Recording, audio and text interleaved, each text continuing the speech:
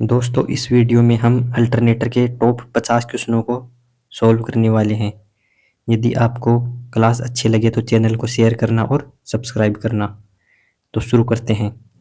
पहला क्वेश्चन है यहाँ पर, किस प्रकार की धारा अल्टरनेटर उत्पन्न करता है?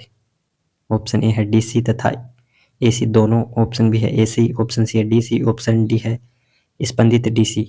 तो दोस्तों जो अल्टरनेटर है वो हमेशा एसी करंट उत्पन्न करता है। तो यहाँ पर राइट आंसर होगा ऑप्शन बी। नेक्स्ट क्वेश्चन है क्वेश्चन नंबर 2, किस सिद्धांत पर अल्टरनेटर कार्य करता है? ऑप्शन है पारस्परिक इंडक्शन, ऑप्शन बी है फेराडे के विद्युत चुंबकीय इंडक्शन नियम, ऑप्शन सी है सौता इंडक्शन, ऑप्शन डी है ओम के नियम। तो दोस्तों जो अल्टरनेटर है ये फेराडे के विद्युत चुंबकीय प्रेरण सिद्धांत पर काम करता है। तो यहाँ पर राइट आंसर होगा ऑप्शन बी। नेक्स्ट क्वेश्चन है, किस प्रकार के करंट की आवश्यकता अल्टरनेटर के रोटर को होती है? ऑप्शन ए है डीसी की, ऑप्शन बी है स्पंदित डीसी की, ऑप्शन सी है एसी की, ऑप्शन डी है इनमें से कोई नहीं। तो दोस्तों यहाँ पर राइट आंसर होगा ऑप्शन ए। हमेशा जो अल्टरनेटर होता है उसके रोटर को डीसी करंट दिया जाता है। यहाँ पर चित्र में दिखाया गया है, ये जो यहाँ पर रोटर है उसको डीसी करंट एक बैटरी के द्वारा दे रखा है और इसकी यहाँ पर जो कुंडली होती है उनको एक्साइट किया जाता है। जब यह घूमता है तो इसके द्वारा जो स्टेटर पर जो वाइंडिंग होती है उसको काटा जाता है और यहाँ पर स्टेटर में जो वाइंडिंग होती है उसमें विद्युत वाहक बल उत्पन्न होता है जो 3 फेज का होता है। नेक्स्ट क्वेश्चन है, अल्टरनेटर जो बड़ा आकार हो उसमें फ्लक्स कैसे रखा जाता है? ऑप्शन ए है फ्लक्स व चालक दोनों घूमने वाले, ऑप्शन बी है घूर्णन, ऑप्शन सी है फ्लक्स और चालक दोनों स्थिर, ऑप्शन डी है स्थिर। तो दोस्तों यहाँ पर फ्लक्स क्या है, कैसा रखा जाएगा? घूर्णन, यानी जो फ्लक्स होता है उसको घुमाया जाता है और जो वाइंडिंग की जाती है ये रोटर पर की जाती है। तो वहाँ पर रोटर पर डीसी सप्लाई देकर उसको एक्साइट किया जाता है और उसके द्वारा स्टेटर पर मैग्नेटिक फील्ड काटा जाता है और जब मैग्नेटिक फील्ड कटेगा तो वहाँ पर स्टेटर में विद्युत वाहक बल उत्पन्न होगा। तो यहाँ पर क्या होता है, जो अल्टरनेटर में फ्लक्स घूमने वाला है वहाँ पर घूर्णन प्रकार का रखा जाता है। तो ऑप्शन बी यहाँ पर राइट आंसर हो जाएगा। नेक्स्ट क्वेश्चन है, अल्टरनेटर के रोटर में कितने स्लिप रिंग होते हैं? ऑप्शन ए है 1 स्लिप रिंग, ऑप्शन बी है 3 स्लिप रिंग, ऑप्शन सी है 2 स्लिप रिंग, ऑप्शन डी है कोई स्लिप रिंग नहीं। तो दोस्तों यहाँ पर पूछा है रोटर में, तो रोटर में हमेशा 2 स्लिप रिंग होती हैं जिसके द्वारा हम डीसी सप्लाई देते हैं। नेक्स्ट क्वेश्चन है, रोटर को डीसी सप्लाई देने वाला जनरेटर क्या कहलाता है? दोस्तों उस जनरेटर को क्या कहेंगे जिसको हम रोटर से जोड़ते हैं किसी अल्टरनेटर में, तो उसको इन्वर्टर, ऑप्शन बी उत्तेजक, option C converter, option D है सिंक्रोनस जनरेटर। तो दोस्तों उसको वहां पर बोला जाता है एक्साइटर, उत्तेजक। उस जनरेटर को वहां पर एक्साइटर बोला जाता है और उसकी वोल्टेज होती है 150 वोल्टेज से लेकर उसकी वोल्टेज 250 वोल्टेज तक होती है। नेक्स्ट क्वेश्चन है, निम्न में कौन एक अल्टरनेटर के रोटर का प्रकार है? ऑप्शन है बेलनाकार प्रकार रोटर, ऑप्शन बी है सेलिएंट पोल टाइप, ऑप्शन सी है दोनों सेलिएंट पोल तथा बेलनाकार प्रकार के, ऑप्शन डी है घुमावदार टाइप। तो दोस्तों जो अल्टरनेटर में रोटर होता है ये 2 प्रकार के हो सकते हैं, एक तो होता है सेलिएंट पोल, दूसरा होता है बेलनाकार रोटर। जो सेलिएंट पोल रोटर होता है उसका व्यास ज़्यादा होता है और जो बेलनाकार होता है उसका व्यास कम होता है, लेकिन जो अक्षीय लंबाई है वो बेलनाकार की अधिक होती है और सेलिएंट पोल की कम होती है। सेलिएंट पोल रोटर पर पोल की संख्या भी ज़्यादा रखी जाती है और ये कैसे बनाए जाते हैं, कम स्पीड पर चलने वाले बनाए जाते हैं। और जो बेलनाकार रोटर होता है उनकी स्पीड हाई होती है, यानी 3000 आरपीएम तक इनकी स्पीड होती है और इन पर 2 या 4 पोल हो सकते हैं। यहाँ पर सेलिएंट पोल और बेलनाकार रोटर का चित्र दिखाया गया है। नेक्स्ट क्वेश्चन है, किस गति के प्राइम मूवर में प्राय सेलिएंट पोल प्रकार का रोटर प्रयोग होते हैं? ऑप्शन है मध्यम गति, ऑप्शन बी है मध्यम तथा उच्च गति, ऑप्शन सी है उच्च गति, ऑप्शन डी है निम्न व मध्यम गति। तो दोस्तों सेलिएंट पोल प्रकार का पूछा है यहाँ पर, तो इसका राइट आंसर होगा ऑप्शन डी। ये किसके लिए बनाए जाते हैं? निम्न व मध्यम गति के लिए डिजाइन किए जाते हैं और जो हमारे पास बेलनाकार रोटर होता है वो उच्च गति के लिए डिजाइन किया जाता है। नेक्स्ट क्वेश्चन है, किस गति के प्राइम मूवर में प्राय बेलनाकार प्रकार के रोटर प्रयोग होते हैं? दोस्तों यहाँ पर पूछा है बेलनाकार रोटर को किस में प्रयोग किया जाता है। ऑप्शन ए है उच्च गति के लिए, ऑप्शन बी है मध्यम गति के लिए, ऑप्शन सी निम्न गति के लिए, ऑप्शन डी है निम्न व मध्यम गति के लिए। तो दोस्तों पिछले क्वेश्चन में पढ़ा था हमने सेलिएंट पोल रोटर के बारे में, लेकिन यहाँ पर दे रखा है बेलनाकार रोटर। तो ये क्या होता है, उच्च गति के लिए डिजाइन किए जाते हैं। तो यहाँ पर राइट आंसर होगा ऑप्शन ए। नेक्स्ट क्वेश्चन है निम्न में से किस बात पर अल्टरनेटर में जनित विद्युत वाहक बल की आवृत्ति निर्भर करती है। ऑप्शन ए है अल्टरनेटर के ध्रुवों की संख्या पर, ऑप्शन बी है अल्टरनेटर की गति पर, ऑप्शन सी है अल्टरनेटर के आकार पर, ऑप्शन डी है ए और बी दोनों पर। दोस्तों यहाँ पर फ्रीक्वेंसी किस पर निर्भर करेगी, ये करेगी ऑप्शन डी ए और बी दोनों पर, यानी अल्टरनेटर में पोल की संख्या कितनी है और अल्टरनेटर किस स्पीड से चल रहा है। जैसे हम एक फॉर्मूला प्रयोग करते हैं 120 इंटू एफ अपॉन पी, तो यहाँ पर पोल की संख्या तथा फ्रीक्वेंसी दोनों पर निर्भर करती है। नेक्स्ट क्वेश्चन है 1500 आरपीएम पर चल रहा एक अल्टरनेटर 50 हर्ट्ज पर वोल्टेज उत्पन्न करता है, अल्टरनेटर के ध्रुवों की संख्या होगी। तो दोस्तों यहाँ पर पोल की संख्या पूछा है, तो हमको पता है कि जो 120 इंटू एफ अपॉन पी होता है यहाँ पर एन एस यानी सिंक्रोनस स्पीड। तो यहाँ पर पूछा है पोल की संख्या और कितनी आरपीएम दे रखी है 1500 आरपीएम।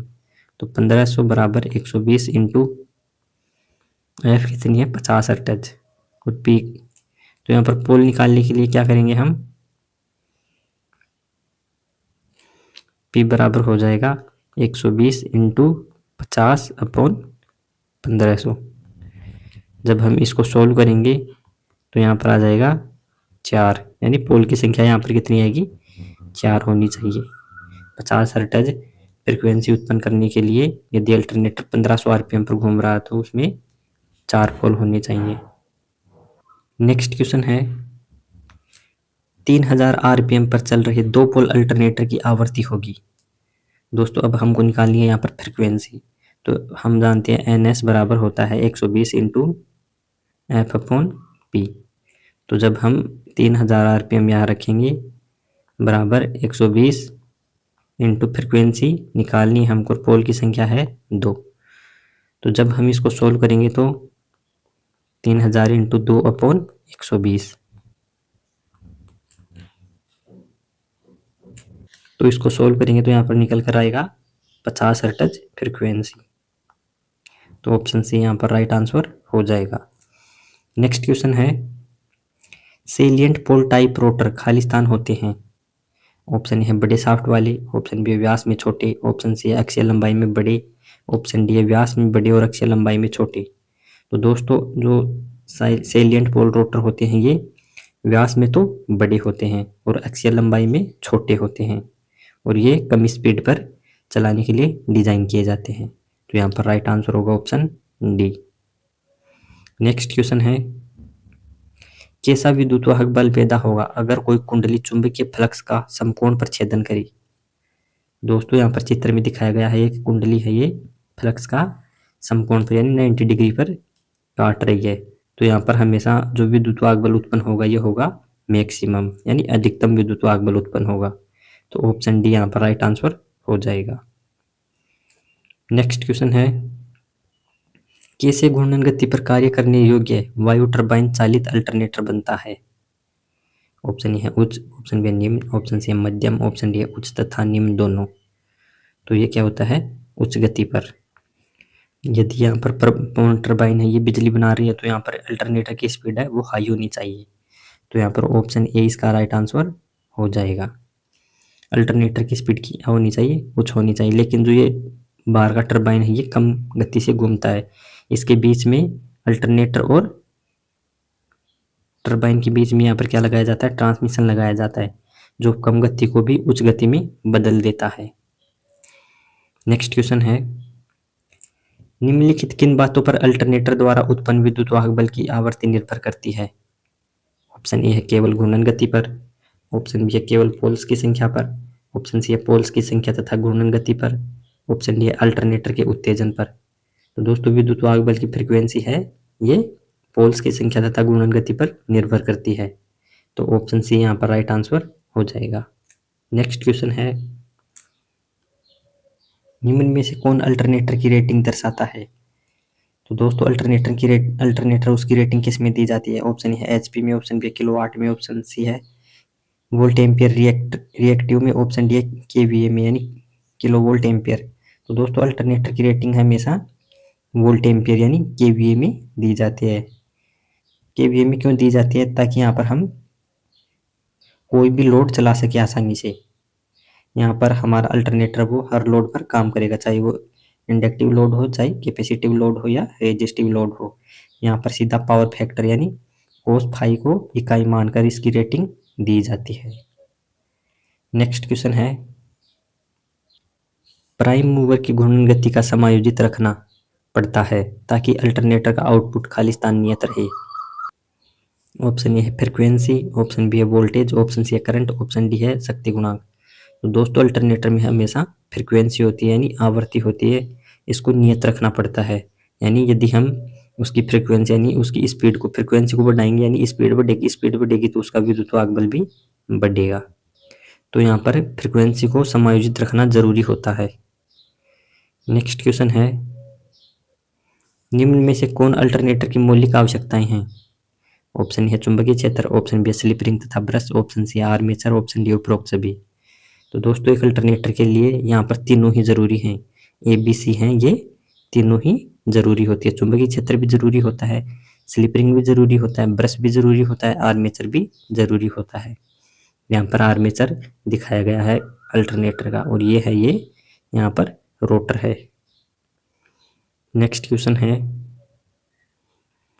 कौन कथन सत्य है यानी इनमें से सत्य कथन कौन सा है? ऑप्शन है आर्मेचर वाइंडिंग स्टेटर में स्थापित की जाती है, ऑप्शन बी है अल्टरनेटर के आर्मेचर में डीसी धारा होती है, ऑप्शन सी है ए और बी दोनों, ऑप्शन डी है इनमें से कोई नहीं। तो दोस्तों इसका राइट आंसर होगा ऑप्शन ए। यहाँ पर ऑप्शन ए ही सत्य है, जो आर्मेचर वाइंडिंग होती है वो अल्टरनेटर में स्टेटर पर ही स्थापित की जाती है। यहाँ पर बी दे रखा है अल्टरनेटर के आर्मेचर में डीसी धारा होती है, नहीं, हम डीसी धारा किसमें देते हैं? रोटर को देते हैं डीसी करंट, रोटर वाइंडिंग को एक्साइट करने के लिए। और वह रोटर वाइंडिंग किसको काटता है? उसका फ्लक्स किसको काटता है? स्टेटर के फ्लक्स को, और स्टेटर में वहां पर विद्युत वाहक बल उत्पन्न होता है। तो यहाँ पर राइट आंसर होगा ऑप्शन ए। नेक्स्ट क्वेश्चन है, क्यों एसी मशीन का स्टेटर कोर सिलिकॉन स्टील की लेमिनेटेड चादरों से बनाया जाता है? ऑप्शन ए है एडी धारा हानि कम रहे, ऑप्शन बी है चुंबकीय फ्लक्स अधिक सघन हो जाए, ऑप्शन सी लोहे की हानि कम हो जाए, ऑप्शन डी है हिस्टेरेसिस हानि घट जाए। तो दोस्तों सिलिकॉन स्टील का बनाया जाता है ताकि वहां पर हिस्टेरेसिस हानि कम हो, और लेमिनेटेड किया जाता है ताकि वहां पर एडी करंट हानि कम हो। तो यहाँ पर क्या होगा, इन दोनों को मिलाकर क्या बोलते हैं? जो एडी करंट हानि होती है और हिस्टेरेसिस हानि होती है, इन दोनों को हम बोलते हैं लोह हानि। तो यहाँ पर ऑप्शन सी इसका राइट आंसर हो जाएगा, लोह हानि को कम करने के लिए। नेक्स्ट क्वेश्चन है, निम्नलिखित किस सूत्र द्वारा अल्टरनेटर में उत्पन्न ईएमएफ की फ्रीक्वेंसी ज्ञात की जाती है? तो दोस्तों यहाँ पर ईएमएफ की फ्रीक्वेंसी कैसे ज्ञात करेंगे हम? 120 इंटू एफ अपॉन पी हमारे पास फॉर्मूला होता है, लेकिन यहाँ पर पूछा है फ्रीक्वेंसी। तो फ्रीक्वेंसी के लिए हम करेंगे यहाँ पर जैसे हम 120 इंटू एफ अपॉन पी होता है एन बराबर, तो एफ निकालने के लिए क्या करेंगे? एफ बराबर होगा एन पी अपॉन 120। तो यहाँ पर राइट आंसर हो जाएगा यह है ऑप्शन ए। ऑप्शन ए यहाँ पर राइट आंसर हो जाएगा। नेक्स्ट क्वेश्चन है, निम्नलिखित किस कारण से अल्टरनेटर में रोटेटिंग फील्ड प्रयोग होता है? दोस्तों जो हमारे पास अल्टरनेटर होती है उसमें रोटेटिंग फील्ड क्यों प्रयोग किया जाता है, यानी हम फील्ड को क्यों रोटेट कराते हैं? ऑप्शन है केवल 2 स्लिप रिंग की आवश्यकता होती है, ऑप्शन बी है आर्मेचर पर स्लाइडिंग युक्ति नहीं होने के कारण स्पार्किंग नहीं होती है और मशीन की दक्ष बन जाती है, ऑप्शन सी है स्टेटर में अधिक चालक स्थापित किए जा सकते हैं तथा आर्मेचर वाइंडिंग टूटने का खतरा नहीं होता, ऑप्शन डी है उपरोक्त सभी। तो दोस्तों यहाँ पर इसका राइट आंसर होगा ऑप्शन डी। ऑप्शन डी यहाँ पर राइट आंसर हो जाएगा। इससे क्या होता है, हम रोटेटिंग फील्ड प्रयोग करते हैं तो जो रोटर होता है ओनली उस पर 2 ही स्लिप रिंग की आवश्यकता होगी जिस पर हम डीसी करंट देंगे। आर्मेचर पर स्लाइडिंग युक्ति नहीं होने के कारण स्पार्किंग नहीं होगी, यानी जो हमारा आर्मेचर है, इस पर भी कोई स्पार्किंग नहीं होगी। क्यों? क्योंकि यहाँ पर कोई स्लाइडिंग करने वाली युक्ति नहीं है। और जो स्टेटर है उस पर हम वाइंडिंग को आसानी से स्थापित कर सकते हैं, उसका कोई टूटने का खतरा नहीं होगा। और जो रोटर है उस पर वाइंडिंग कम होगी, यानी 2 पोल के लिए या 4 पोल के लिए, जिससे रोटर हल्का रहेगा और उसको आसानी से घुमाया जा सकता है। नेक्स्ट क्वेश्चन है, निम्न में से कौन सा उपाय हंटिंग या फेज स्विंगिंग दोष के निवारण के लिए होता है? ऑप्शन है निम्न गति से अल्टरनेटर को चलाते हैं। ऑप्शन बी है रोटर पोल में डैम्पर वाइंडिंग स्थापित करते हैं। ऑप्शन सी है रोटर की उत्तेजना बढ़ाते हैं। ऑप्शन डी है कंपनसेटिंग वाइंडिंग आर्मेचर में लगाते हैं। तो दोस्तों इसका राइट आंसर होगा रोटर पोल में डैम्पर वाइंडिंग स्थापित करते हैं। हंटिंग या फेज स्विंगिंग क्या होता है अल्टरनेटर में? यदि हम लोड को कम ज़्यादा कर रहे हैं तो यहाँ पर जो अल्टरनेटर का रोटर है वो पेंडुलम की तरह थोड़ा हिलने लगता है ऊपर नीचे। उस दोष को हम बोलते हैं फेज स्विंगिंग या हंटिंग। तो उस दोष को दूर करने के लिए हम क्या करते हैं, जो रोटर पोल्स होते हैं उन पर डैम्पर वाइंडिंग स्थापित करते हैं। उन वाइंडिंग को स्थापित करने के बाद यहाँ पर हमारा ये दोष दूर हो जाता है। तो यहाँ पर राइट आंसर होगा ऑप्शन बी। नेक्स्ट क्वेश्चन है, क्या होगा अगर 3 फेज अल्टरनेटर का फेज क्रम बिगड़ जाए? ऑप्शन ए है अधिक ईएमएफ प्राप्त होगा। ऑप्शन बी है कम चाल प्राप्त होगा। ऑप्शन सी है कम ईएमएफ प्राप्त होगा। ऑप्शन डी है फेज आपस में शॉर्ट सर्किट हो जाएंगे। तो दोस्तों यहाँ पर क्या होगा, फेज आपस में शॉर्ट सर्किट हो जाएंगे। राइट आंसर होगा ऑप्शन डी। नेक्स्ट क्वेश्चन है, किस सूत्र द्वारा पिच गुणक मापा जाता है? दोस्तों जो पिच फैक्टर होता है वो कौन से फॉर्मूले से यहाँ पर मापा जाता है? ऑप्शन ए है प्रति कॉइल प्रेरित वोल्टेज का बीजगणितीय योग अपन प्रति कॉइल प्रेरित वोल्टेज का सदिश योग। ऑप्शन बी प्रति कॉइल वोल्टेज प्रेरित वोल्टेज का सदिश योग अपन प्रति कॉइल प्रेरित वोल्टेज का बीजगणितीय योग। तो दोस्तों यहाँ पर इसका राइट आंसर होगा, ये होगा ऑप्शन बी। ये क्या होता है, प्रति कॉइल प्रेरित वोल्टेज का सदिश योग अपन प्रति कॉइल, एक कॉइल में प्रेरित वोल्टेज का बीजगणितीय योग होता है। तो ऑप्शन बी यहाँ पर राइट आंसर हो जाएगा। जो पिच फैक्टर का फॉर्मूला होता है ये होता है कोस एल्फा बाई 2। यहाँ पर कोस एल्फा बाई 2 से हम पिच फैक्टर को निकाल सकते हैं। इसका अधिकतम मान 1 हो सकता है। नेक्स्ट क्वेश्चन है, कौन सा फेज क्रम भारत में प्रयुक्त 3 फेज का सही क्रम है? तो दोस्तों भारत में कौन सा फेज क्रम प्रयोग किया जाता है? ये किया जाता है RYB, जिसको हम बोलते हैं red yellow blue. Next question है, किस सूत्र द्वारा विस्तार गुणक यानी डिस्ट्रीब्यूशन फैक्टर मापा जाता है? ऑप्शन ए है एक ध्रुव के नीचे सभी कॉइलों में प्रेरित विद्युत वाहक बल का सदिश योग अपन एक ध्रुव के नीचे सभी कॉइलों में प्रेरित विद्युत वाहक बल का बीजगणितीय योग। तो यहाँ पर राइट आंसर होगा ऑप्शन ए। ऑप्शन ए यहाँ पर राइट आंसर हो जाएगा। तो जो इसका जो फॉर्मूला होता है ये होता है sine M beta by 2 upon M sine beta by 2। ये यहाँ पर हमारे पास जो डिस्ट्रीब्यूशन फैक्टर होता है इसका फॉर्मूला होता है। नेक्स्ट क्वेश्चन है, अल्टरनेटर के लिए सही सूत्र है। तो दोस्तों यहाँ पर अल्टरनेटर के लिए कौन सा सूत्र सही है? तो यहाँ पर दे रखे हैं, जैसे पिछले क्वेश्चनों में हमने पढ़ा था, यहाँ पर डिस्ट्रीब्यूशन फैक्टर का फॉर्मूला दे रखा है, यहाँ पर पिच फैक्टर का फॉर्मूला दे रखा है। तो यहाँ पर ऑप्शन ए और बी दोनों यहाँ पर इसके फॉर्मूले हैं अल्टरनेटर की। नेक्स्ट क्वेश्चन है, किस सूत्र का प्रयोग अल्टरनेटर द्वारा उत्पादित विद्युत वाहक बल की गणना के लिए होता है? दोस्तों अल्टरनेटर में हम जैसे विद्युत वाहक बल ज्ञात करते हैं तो उसके लिए कौन सा फॉर्मूला प्रयोग करेंगे? तो ये होता है हमारे पास 4.44 फाई एफ टी के पी के डी। फाई होता है यहाँ पर फ्लक्स, एफ होता है फ्रिक्वेंसी, के पी के डी होता है यहाँ पर पिच फैक्टर तथा डिस्ट्रीब्यूशन फैक्टर, और टी होता है यहाँ हमारे पास टर्न, यानी जो वाइंडिंग में टर्न होते हैं। तो यहाँ पर ऑप्शन ए इसका राइट आंसर हो जाएगा। नेक्स्ट क्वेश्चन है, किस तरह की वोल्टता अल्टरनेटर के गतिशील रोटर को दिया जाता है? ऑप्शन है पल्सेटिंग डीसी, ऑप्शन बी है निम्न डीसी, ऑप्शन सी है निम्न एसी, ऑप्शन डी है उच्च एसी। तो दोस्तों इसका राइट आंसर होगा ऑप्शन बी। जो निम्न वोल्ट की डीसी है वो हम अल्टरनेटर को, रोटर को देते हैं। यानी निम्न कितनी देते हैं, 150 वोल्ट से 250 वोल्ट तक।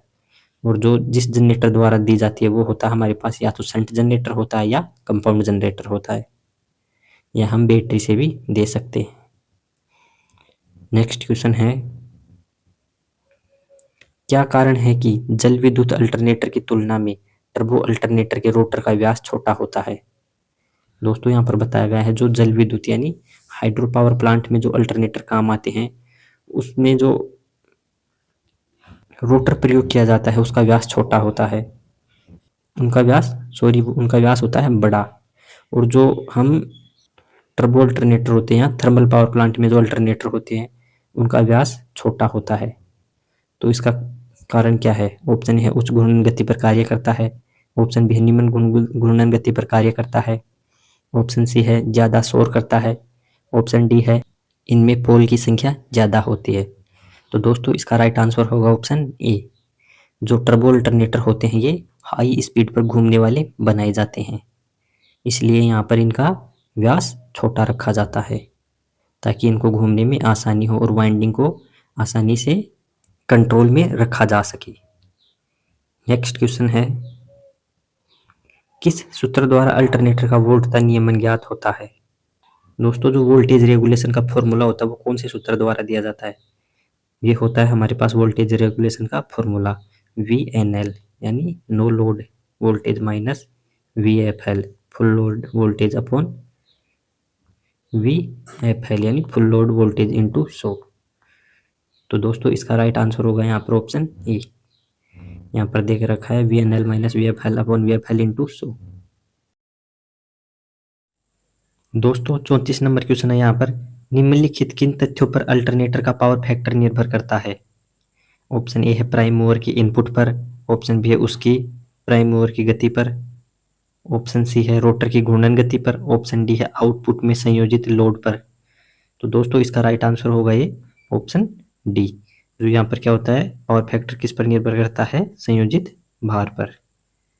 नेक्स्ट क्वेश्चन है 35 नंबर क्वेश्चन है यहाँ पर, अल्टरनेटर में आर्मेचर प्रतिक्रिया यानी आर्मेचर रिएक्शन का प्रभाव मूलतः ऑप्शन ए है रोटर उत्तेजक वोल्टेज पर होता है, ऑप्शन बी है टर्मिनल वोल्टेज पर होता है, ऑप्शन सी है हवा पर होता है, ऑप्शन डी है उत्पादित विद्युत वाहक बल की फ्रीक्वेंसी पर होता है।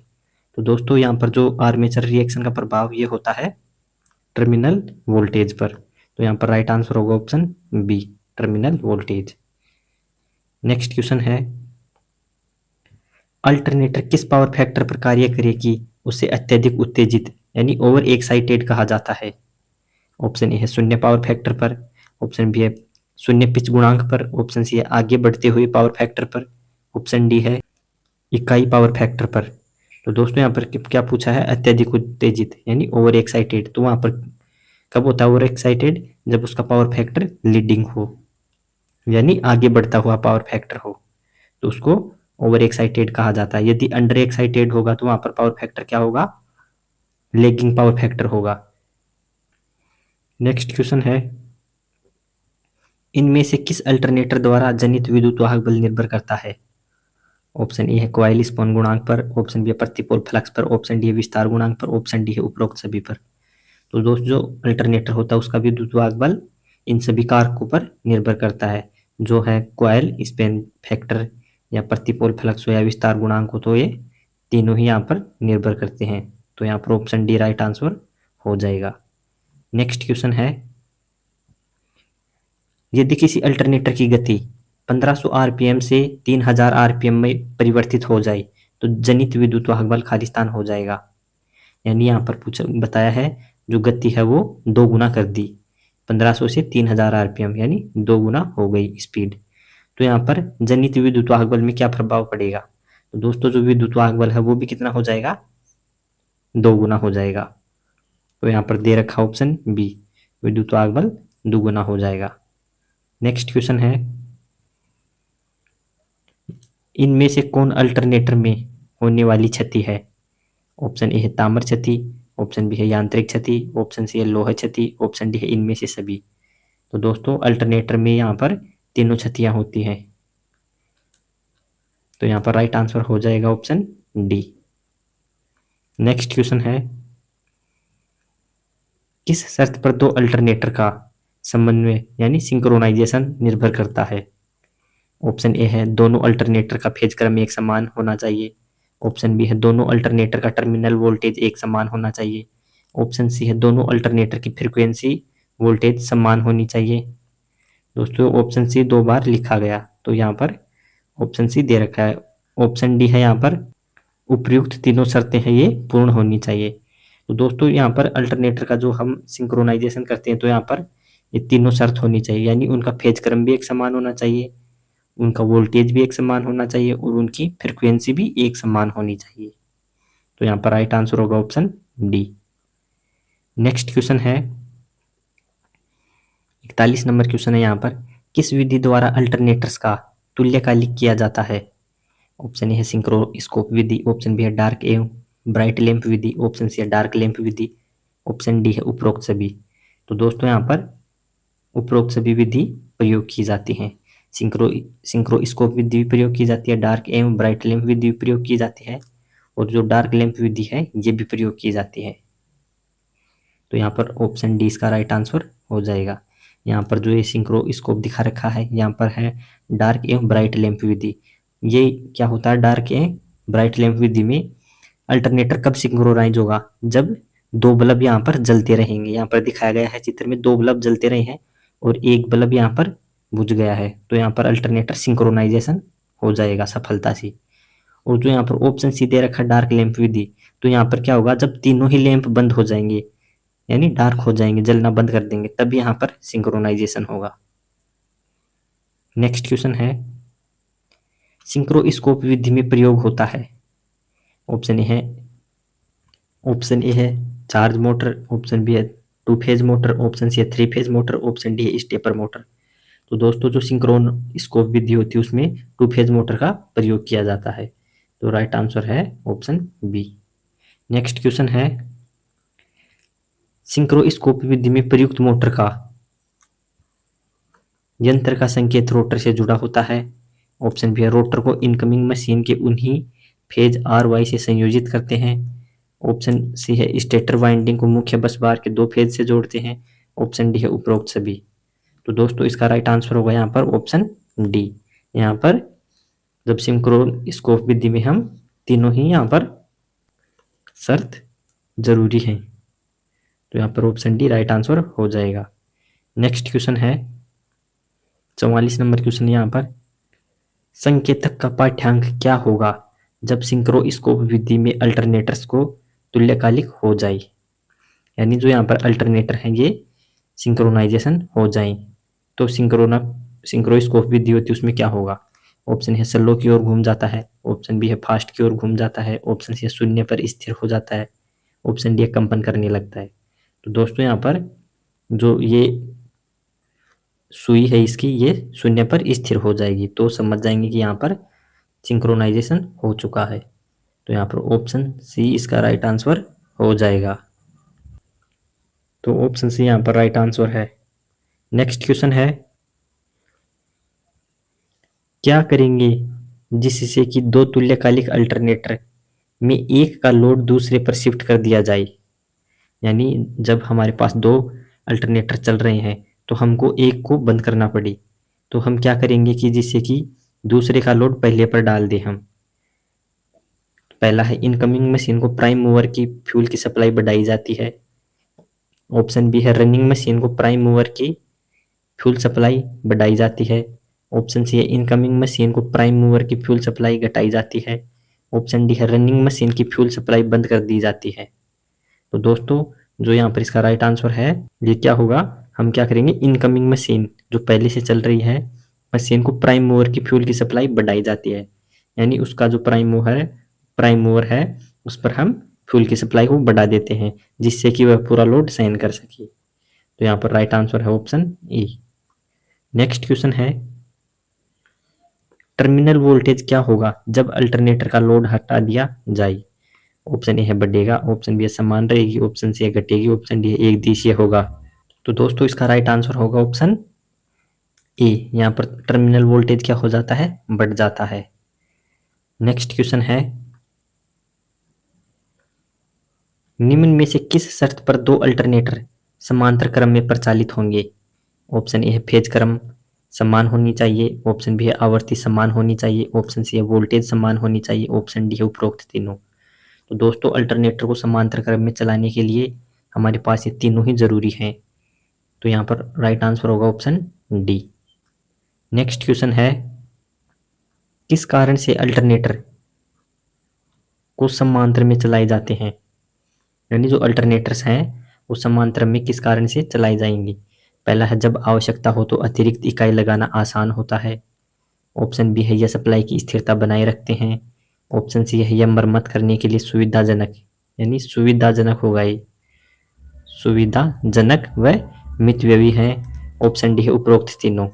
तो दोस्तों इसका राइट आंसर होगा यहाँ पर ऑप्शन डी, यहाँ पर तीनों कारण जरूरी होते हैं। नेक्स्ट क्वेश्चन है,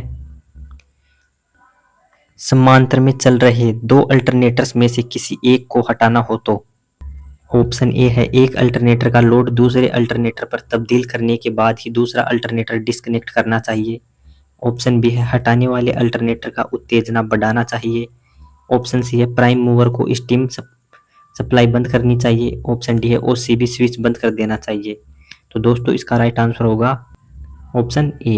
यहाँ पर क्या होता है, जब हम अल्टरनेटर पर एक अल्टरनेटर का लोड दूसरे अल्टरनेटर पर डाल दे उसके बाद ही उस दूसरे अल्टरनेटर को डिस्कनेक्ट करना चाहिए, उससे पहले डिस्कनेक्ट नहीं करना चाहिए।